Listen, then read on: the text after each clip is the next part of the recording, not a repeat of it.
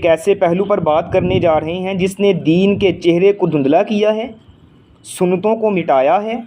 اور گمراہی کو نیکی کے لباس میں لوگوں میں عام کر دیا ہے، اور وہ ہے بدعت۔ بدعت ایک ایسا لفظ ہے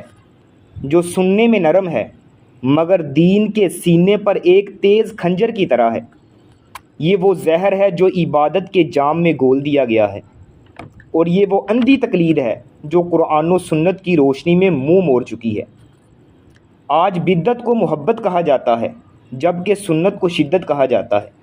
حالانکہ نبی اکرم صلی اللہ علیہ وسلم نے صاف فرما دیا تھا، کل بدعت ضلالہ وکل ضلالۃ فی النار، ہر بدعت گمراہی ہے اور ہر گمراہی جہنم میں لے کے جانے والی ہے۔ مگر افسوس، صد افسوس، اس فتنے میں سب سے زیادہ نرمی سے شکار ہونے والا طبقہ جو ہے وہ خواتین کا ہے،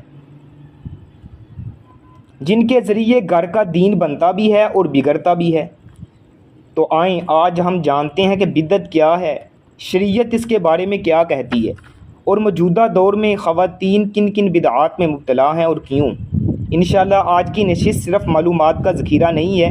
یہ دل، نیت اور عمل کی تجدید کا بھی موقع ہے۔ تو سب سے پہلے ہم حدیث کا ترجمہ دیکھیں گے، پھر ہم انشاءاللہ اس کی جو ہے وہ شرح اور فوائد و ثمرات دیکھیں گے۔ بسم اللہ الرحمن الرحیم۔ ان ام المؤمنین ام عبد اللہ عائشہ رضی اللہ عنہا قالت قال رسول اللہ صلی اللہ علیہ وسلم من احدث فی امرنا۔ ام المؤمنین ام عبداللہ سیدہ عائشہ رضی اللہ تعالیٰ عنہ سے روایت ہے، قالت کہتی ہیں، قال رسول اللہ صلی اللہ علیہ وسلم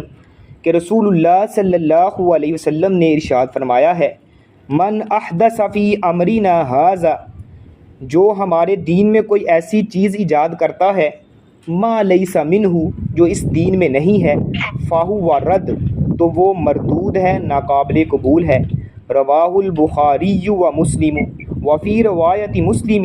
اس کو بخاری اور مسلم نے روایت کیا ہے، اور مسلم کی ایک روایت میں یہ الفاظ ہیں، من عمل عملا، جو کوئی ایسا عمل کرے، لیس علیہ امرنا، جس عمل پر ہمارا حکم نہیں ہے، فہو رد، تو وہ مردود ہے۔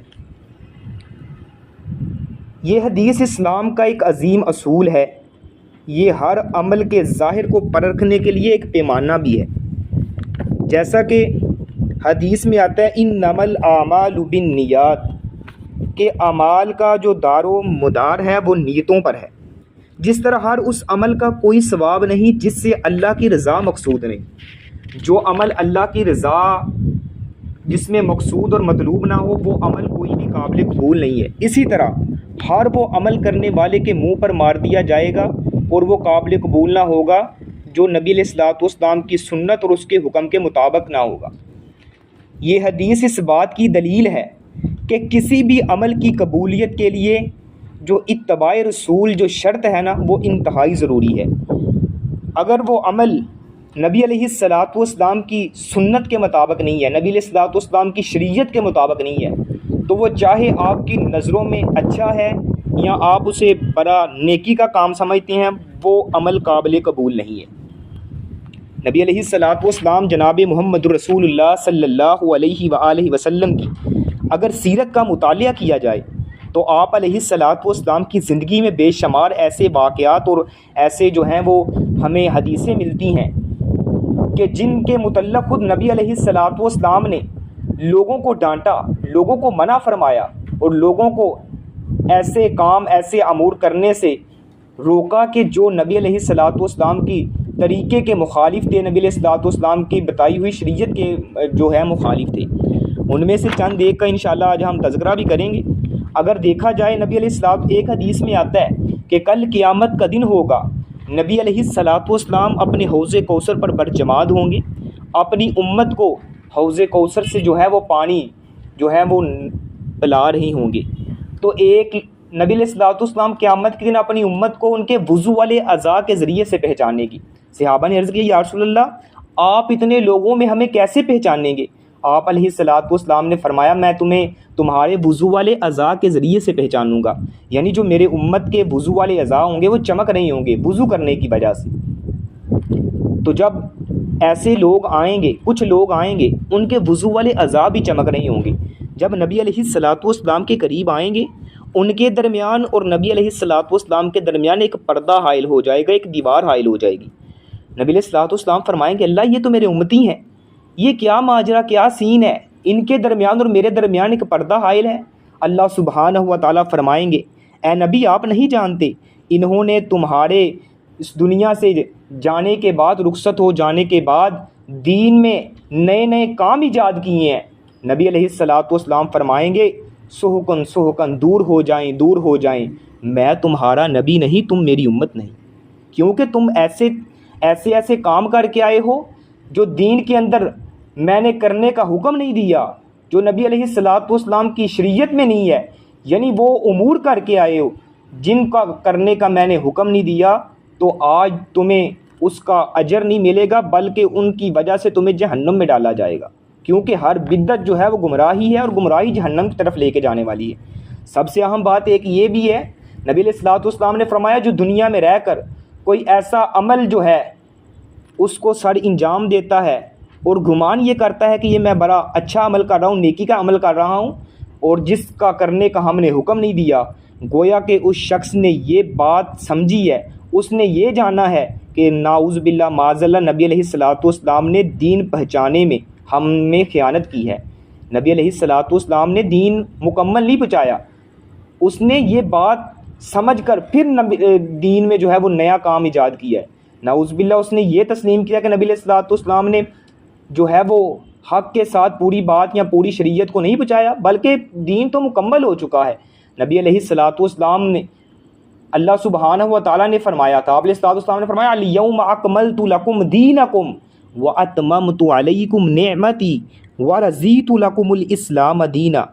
آج کے دین مکمل ہو چکا ہے۔ اب اللہ سبحانہ و تعالیٰ کے اس دین میں جو بھی کوئی نئی چیز ایجاد کرے گا وہ سنت نہیں ہو سکتی، وہ تو بدعت ہے، اور بدعت جو ہے وہ انسان کو گمراہی کی طرف لے کے جائے گی۔ بلکہ سیدنا عمر فاروق رضی اللہ تعالیٰ عنہ کا دور خلافت ہے، ایک یہودی آتا ہے آ کے حضرت امیر المومنین حضرت عمر فاروق رضی اللہ تعالیٰ عنہ کو پتہ ہے کیا کہتے ہیں؟ کہتے ہیں اگر ہمیں معلوم ہوتا نا، ہمارے دین کے اندر یہ آیت نازل ہوتی تو ہم اس دن کو عید کا دن بنا لیتے۔ سیدنا امیر المومنین حضرت عمر فاروق رضی اللہ تعالیٰ عنہ نے استفسار کیا، سوال کیا کون سی آیت؟ کہنے لگا یہ جو آیت ہے الیوم اکملت لکم دینکم واتممت علیکم نعمتی ورضیت لکم الاسلام دینا۔ تو سیدنا امیر المومنین حضرت عمر فاروق رضی اللہ تعالیٰ عنہ فرماتے ہیں ہمیں معلوم ہے یہ آیت کس دن نازل ہوئی، یہ آیت عید ہی کے دن تو نازل ہوئی تھی، یعنی نبی علیہ الصلوۃ والسلام عرفہ کے دن عرفات کے میدان میں تھے، اور یہ جس دن نازل ہوئی ہے ہم اس دن کو بھی جانتے ہیں، یہ جمعۃ المبارک کے دن آیت نازل ہوئی تھی۔ یعنی کس قدر اب جو دین کے اندر نئی چیز ایجاد کرے گا نا وہ سنت نہیں ہے، وہ بدعت ہے۔ اور نبی علیہ الصلوۃ والسلام نے فرمایا لوگو سن لو، ترکت فیکم امرین لن تضلوا ما تمسکتم بہما کتاب اللہ و سنت رسولی، اے لوگوں میں تم میں دو چیزیں چھوڑ کے جا رہا ہوں۔ دو چیزیں کون سی ہیں؟ فرمایا ترکت فیکم امرین لن تضلوا ما تمسکتم بہما کتاب اللہ و سنت رسولی، جو دو چیزیں چھوڑ کے جا رہا ہوں، ایک کتاب اللہ ہے اور دوسری میری سنت ہے۔ جب تک تم کتاب اللہ اور میری سنت کو مضبوطی سے تھامے رکھو گے نا، کائنات کی کوئی طاقت تمہیں گمراہ نہیں کر سکتی۔ جب تم کتاب و سنت سے ہٹو گے پھر جو ہے تم گمراہیوں کی طرف جاؤ گے، اور گمراہیاں جو ہیں وہ تمہیں جہنم کی طرف لے کے جائیں گی۔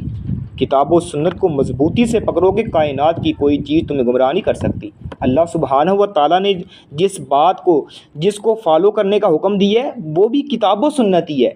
اللہ سبحانہ و تعالیٰ اپنے قرآن مجید میں پتہ ہے کیا فرماتے ہیں؟ یا ایھا الذین آمنوا اطیعوا اللہ واطیعوا الرسول، اے ایمان والو، ایمان والوں سے اللہ مخاطب ہے، اے ایمان والو اطیعوا اللہ واطیعوا الرسول، اتباع کرنی ہے اللہ اور اس کے رسول کی کرنی ہے۔ وَأُولِي الْأَمْرِ مِنْكُمْ، اور تم میں جو امراء امیر مقرر کیے جائیں، یعنی جو کتاب و سنت کے مطابق تمہارے درمیان فیصلے کریں، اگر ان کے بعد بھی تم کسی چیز میں اختلاف میں پڑ جاؤ، اس کے بعد بھی تم جو ہے کسی اختلاف میں پڑ جاؤ تو کیا کرنا ہے، فردوہ الی اللہ والرسول، اللہ اور اس کے رسول کی طرف لوٹنا ہے، اللہ اور اس کے رسول کی طرف لوٹنا ہے۔ یہ ایک آنٹی کا نا وہ مائک ان میوٹ ہے، کیا نام ہے ان کا، آنٹی جی اپنا مائک میوٹ پہ لگائیں، آنٹی جی اپنا مائک میوٹ پہ لگائیں۔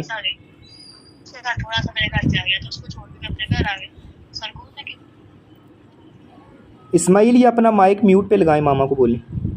نبی علیہ الصلوۃ والسلام، جزاکم اللہ، نبی علیہ الصلوۃ والسلام جناب محمد رسول اللہ صلی اللہ علیہ وآلہ وسلم نے فرمایا کہ دین اب مکمل ہو چکا ہے، اب دین میں جو بھی کوئی نئی چیز ایجاد کرے گا وہ بدعت ہے، گمراہی ہے، اور گمراہی انسان کو جہنم کی طرف لے کے جاتی ہے۔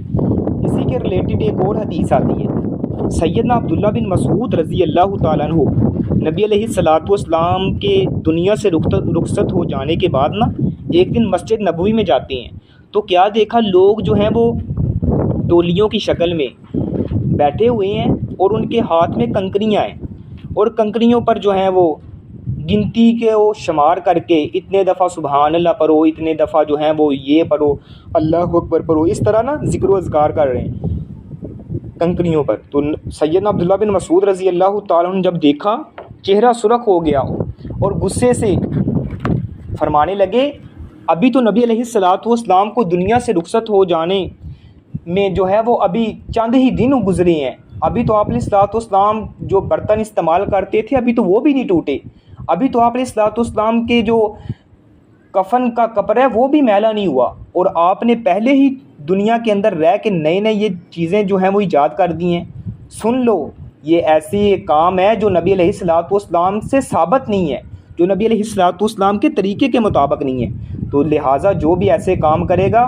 وہ سمجھے گا کہ میں نیکی کو حاصل کر لوں، وہ نیکی حاصل نہیں کرے گا بلکہ وہ جو ہے گناہوں کو اکٹھا کر رہا ہے۔ اس وجہ سے ایسے کاموں کی تشکیل دینا جو نبی علیہ الصلوۃ والسلام سے ثابت نہیں ہے وہ انسان کو جہنم کی طرف لے کے جاتی ہے۔ اس سے آگے اگر بڑھتے جائیں تو ایک ایسی حدیث نبی علیہ الصلوۃ والسلام کی زندگی سے ملتی ہے، بظاہر طور پہ ہم دیکھتے ہیں کہ ہم نیکی کا کام کر رہے ہیں، لیکن وہ نیکی نہیں ہے جو نبی علیہ الصلوۃ والسلام نے جس کو کرنے کا حکم نہیں دیا، وہ نیکی نہیں بن سکتی جب تک نبی علیہ الصلوۃ والسلام کی اس پر جو ہے وہ مہر نہ لگ جائے۔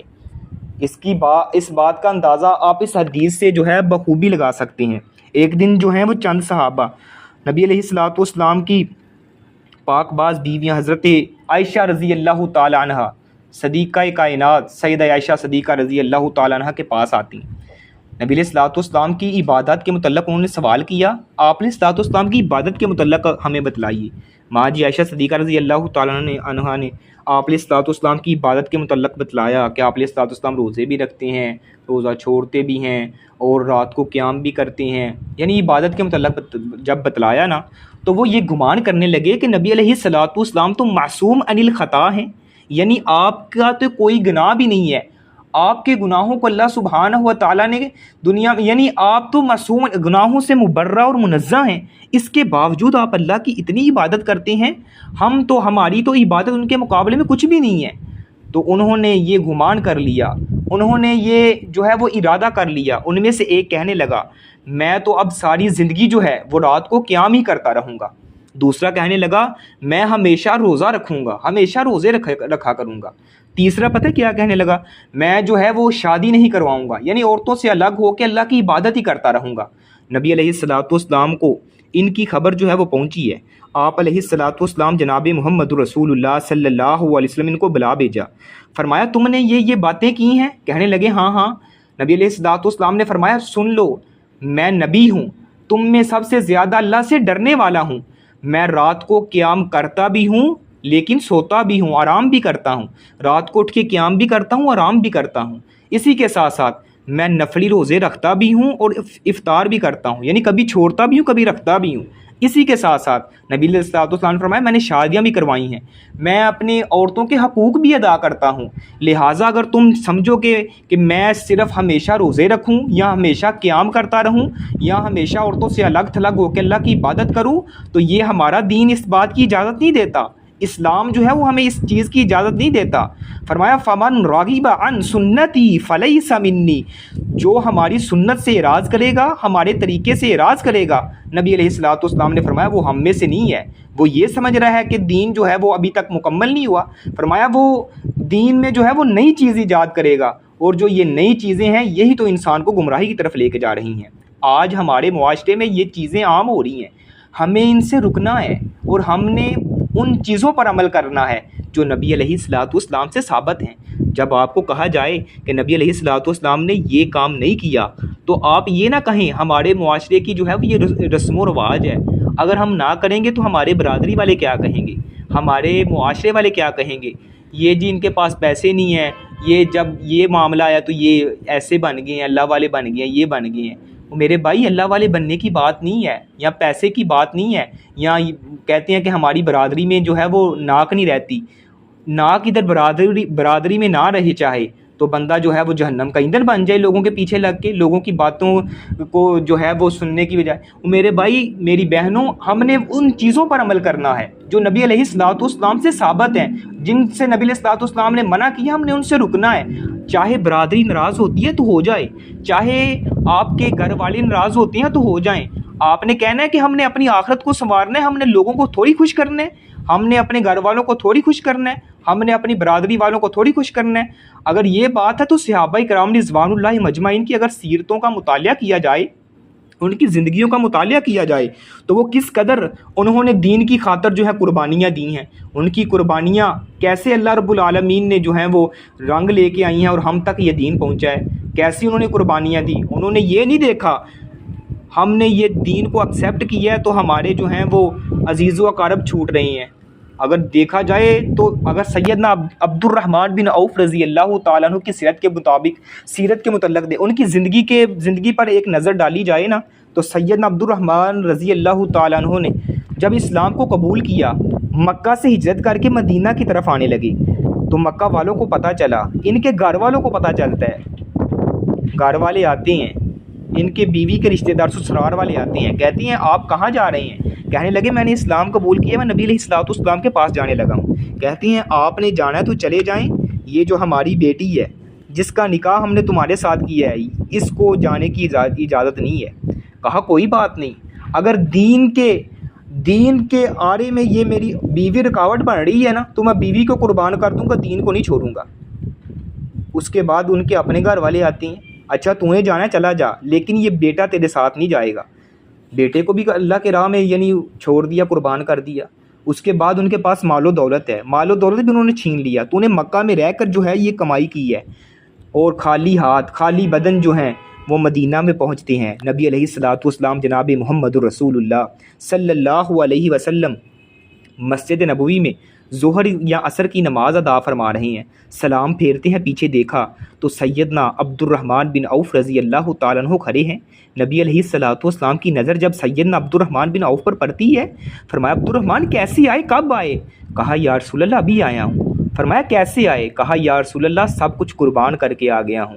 کہا اگر تم نے سب کچھ قربان کر کے آ گئے ہو نا تو تم نے سب کچھ لٹایا نہیں ہے، بلکہ تم حقیقی مال و ملال کے مالک بن کے آ گئے ہو۔ کہا یا رسول اللہ سب کچھ قربان کر کے اپنے دین کو بچا کے آ گیا ہوں۔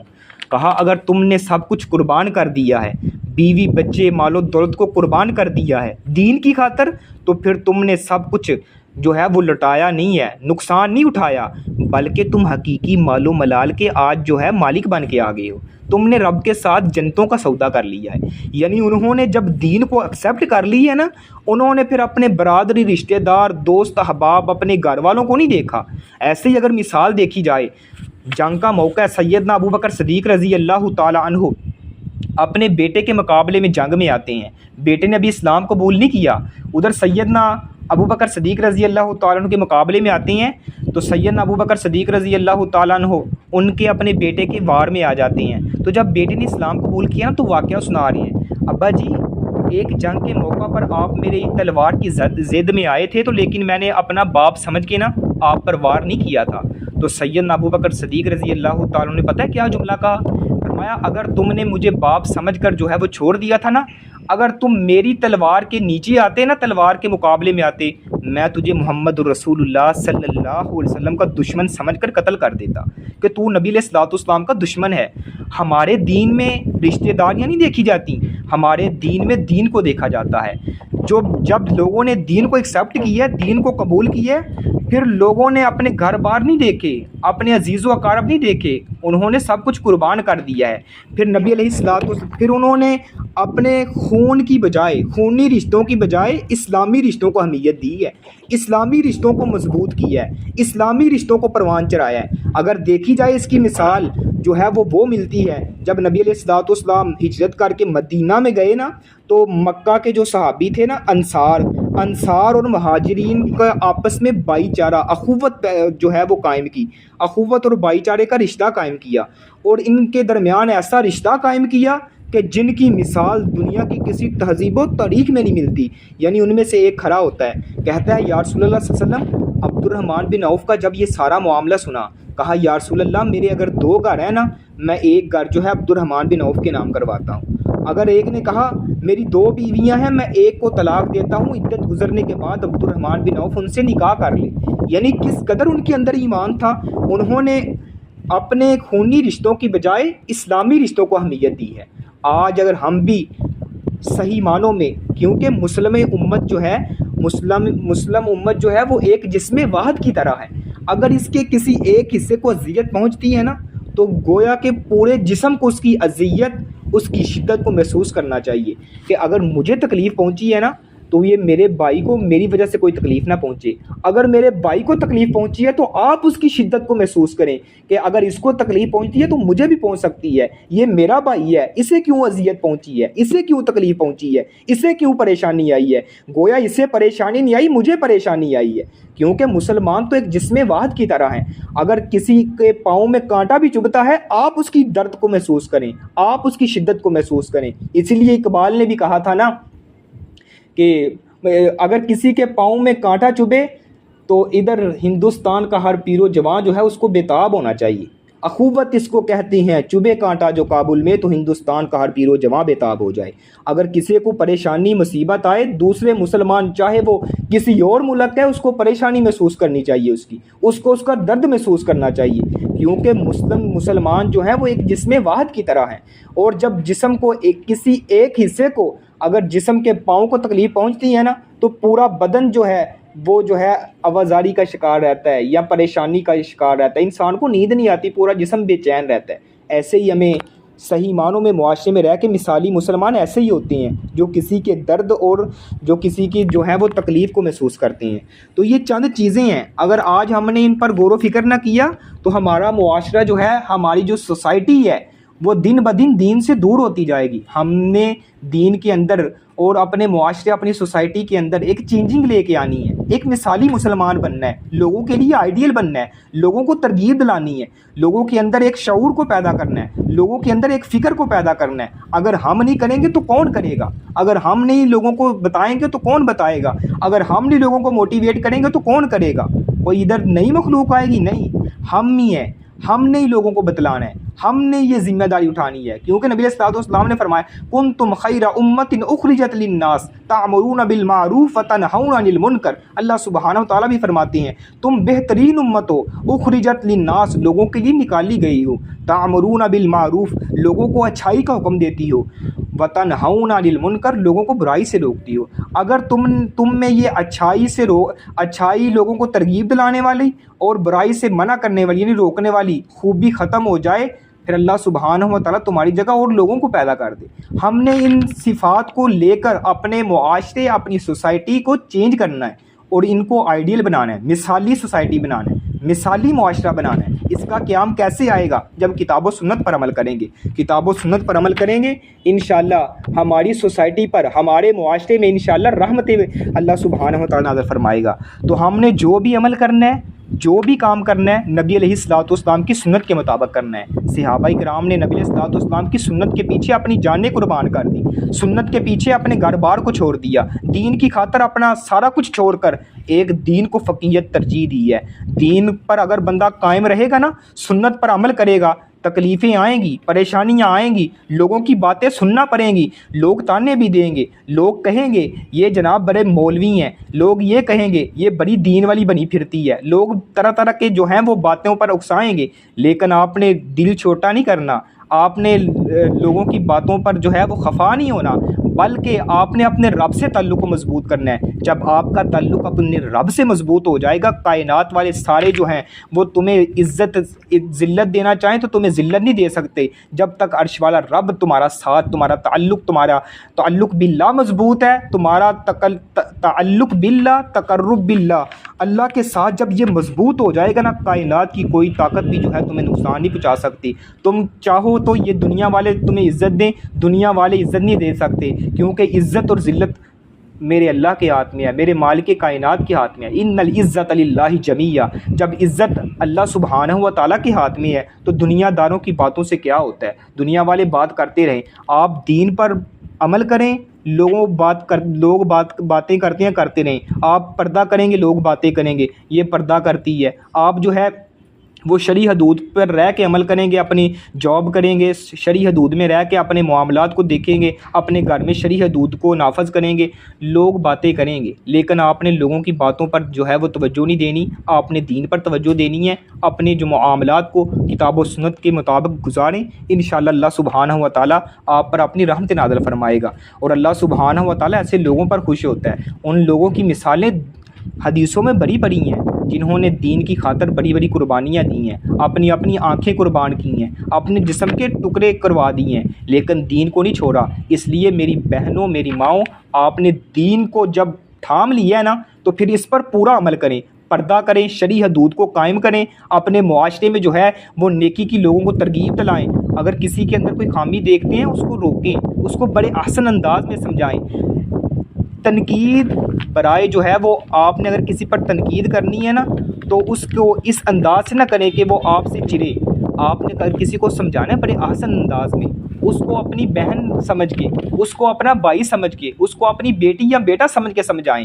کہ تاکہ وہ آپ سے جو ہے متنفر بھی نہ ہو اور آپ کی بات کو ایکسیپٹ کرے۔ ایکسیپٹ کیسے کرے گا؟ اگر سب سے پہلے آپ خود عمل کریں گے، آپ خود عمل کرنے والے ہوں گے، آپ کی بات میں تاثیر ہوگی، آپ کی بات بھی لوگ مانیں گے۔ یہ جب آپ عمل کریں گے نا، انشاءاللہ مجھے اللہ سے امید ہے، انشاءاللہ ہمارا معاشرہ جو ہے وہ مثالی معاشرہ بنے گا، ہماری سوسائٹی جو ہے وہ مثالی سوسائٹی بنے گی۔ تو آج کی حدیث میں ہم نے یہ ساری چیزیں جو ہیں وہ سمجھی ہیں کہ ایک مثالی مسلمان کتاب و سنت پر عمل کرتا ہے، کتاب و سنت پر عمل کر کے وہ رب کی جنت کا مستحق بنتا ہے۔ وہ بدعت، ایسے امور نہیں، آج ہمارے معاشرے میں فوتگی پر کیسی بدعات کی جاتی ہیں، اور یہ زیادہ خواتین میں پائی جاتی ہیں۔ جب کوئی فوتگی ہوتی ہے تو کیسے